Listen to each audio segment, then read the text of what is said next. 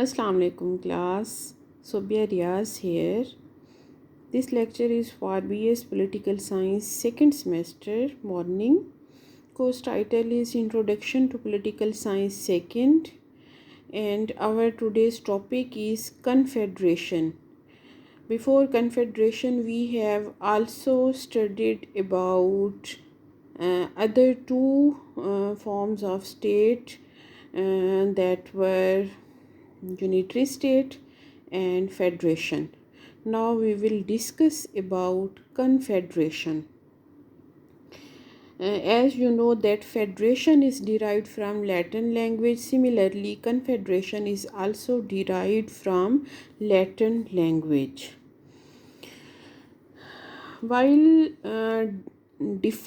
definition of confederation is that it may be called a group or an association of two or more than two sovereign states which have permanently given up a part of their liberty for some specific aims and objects such as defense.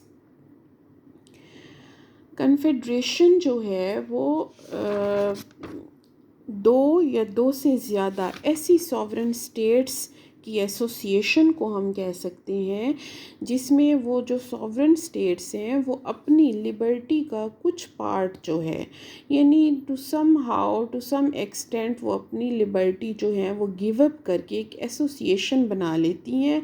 उस association का मकसद क्या होता है? उसका मकसद, उसका purpose कुछ शेयर्ड ऑब्जेक्टिव्स होते हैं जिनको गेन करने के लिए वो स्टेट्स जो हैं वो एसोसिएशन बना लेती हैं, एक ग्रुप बना लेती हैं जो कि कन्फेडरेशन कहलाता है।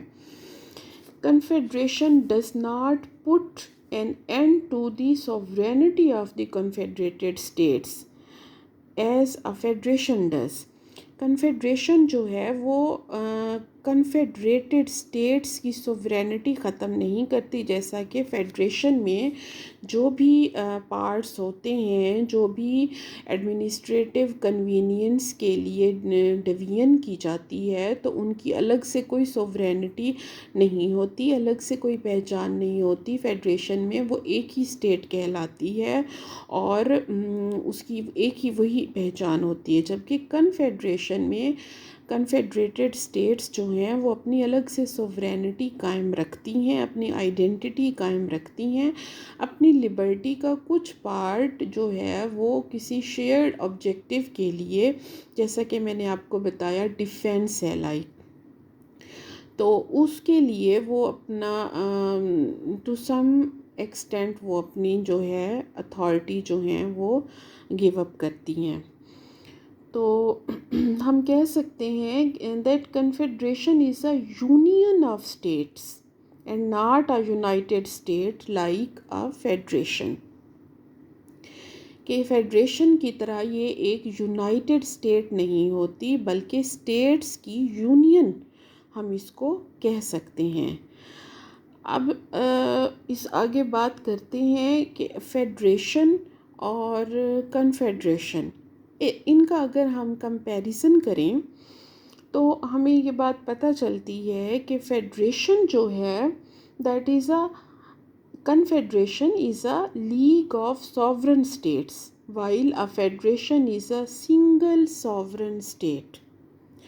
confederation sovereign states का आप ग्रुप कह सकते हो, जबकि फेडरेशन जो है वो एक सिंगल सॉवरेन स्टेट है, यानी एक स्टेट है, उसके जो उस एडमिनिस्ट्रेटिव कन्वीनियंस के लिए उसके पार्ट्स जो हैं वो डिवाइड कर दिए जाते हैं, डिवीजन्स बना दी जाती हैं, उनको लोकल लेवल पे अथॉरिटीज़ डेलीगेट कर दी जाती हैं, लेकिन वो एक सिंगल स्टेट ही कहलाते हैं। जैसा कि आप एग्जांपल ले सकते हैं फेडरेशन में, हमारा मुल्क पाकिस्तान, ये एक फेडरेशन है, 4 प्रोविंसेस जो हैं ये इसकी फेडरल यूनिट्स हैं।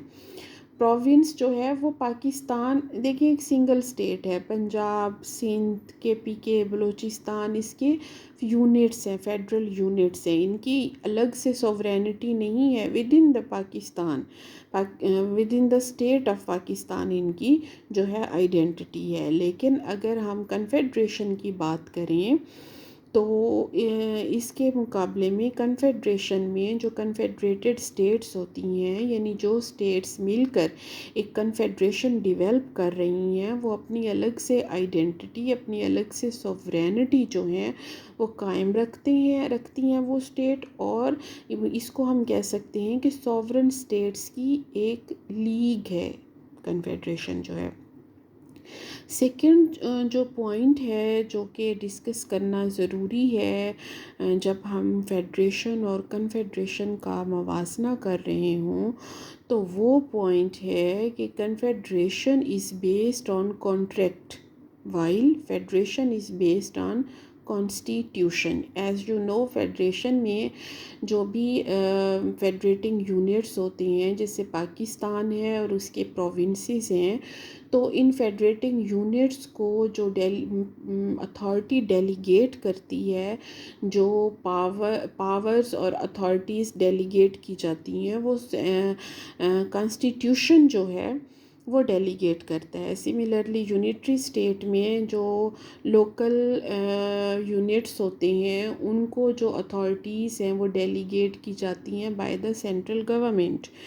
तो कन्फेडरेशन में ऐसा नहीं है। कन्फेडरेशन किसी कॉन्ट्रैक्ट का नतीजा आप कह सकते हैं, किसी एग्रीमेंट, किसी कॉन्ट्रैक्ट के नतीजे में जो एक सॉवरन स्टेट्स का ग्रुप डेवलप होता है, उसको कन्फेडरेशन कहते हैं। जबकि फेडरेशन में जो है वो उसमें जो आप कह सकते हैं की इम्पोर्टेंस जो है वो कॉन्स्टिट्यूशन को हासिल होती है।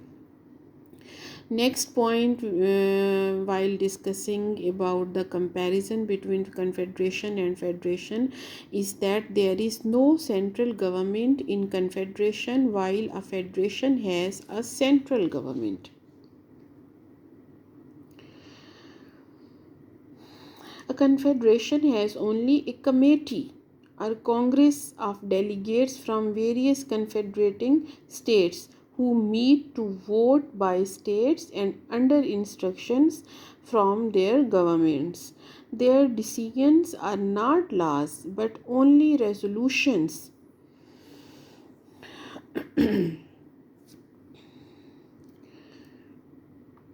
In a federation, there is a central government with its own powers, organization, and machinery consisting of representatives from various component units who make laws and adopt a policy which are executed by its own officials over the whole country.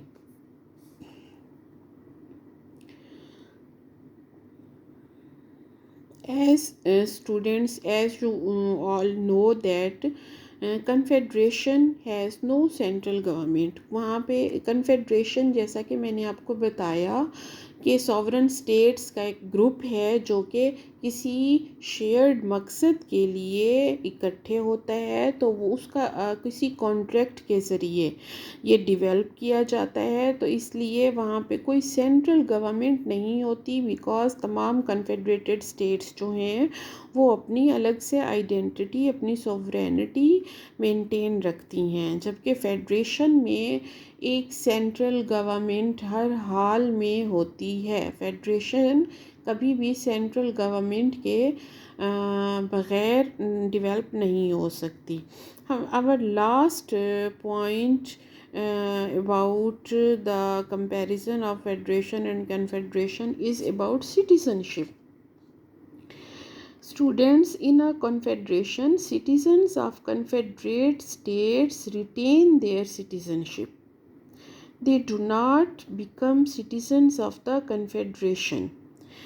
देखिए जो confederation है जैसे कि मैंने आपको बताया, इसमें कन्फेडरेटिंग states जो हैं वो अपनी आइडेंटिटी, अपनी सॉवरेनिटी कायम रखती हैं।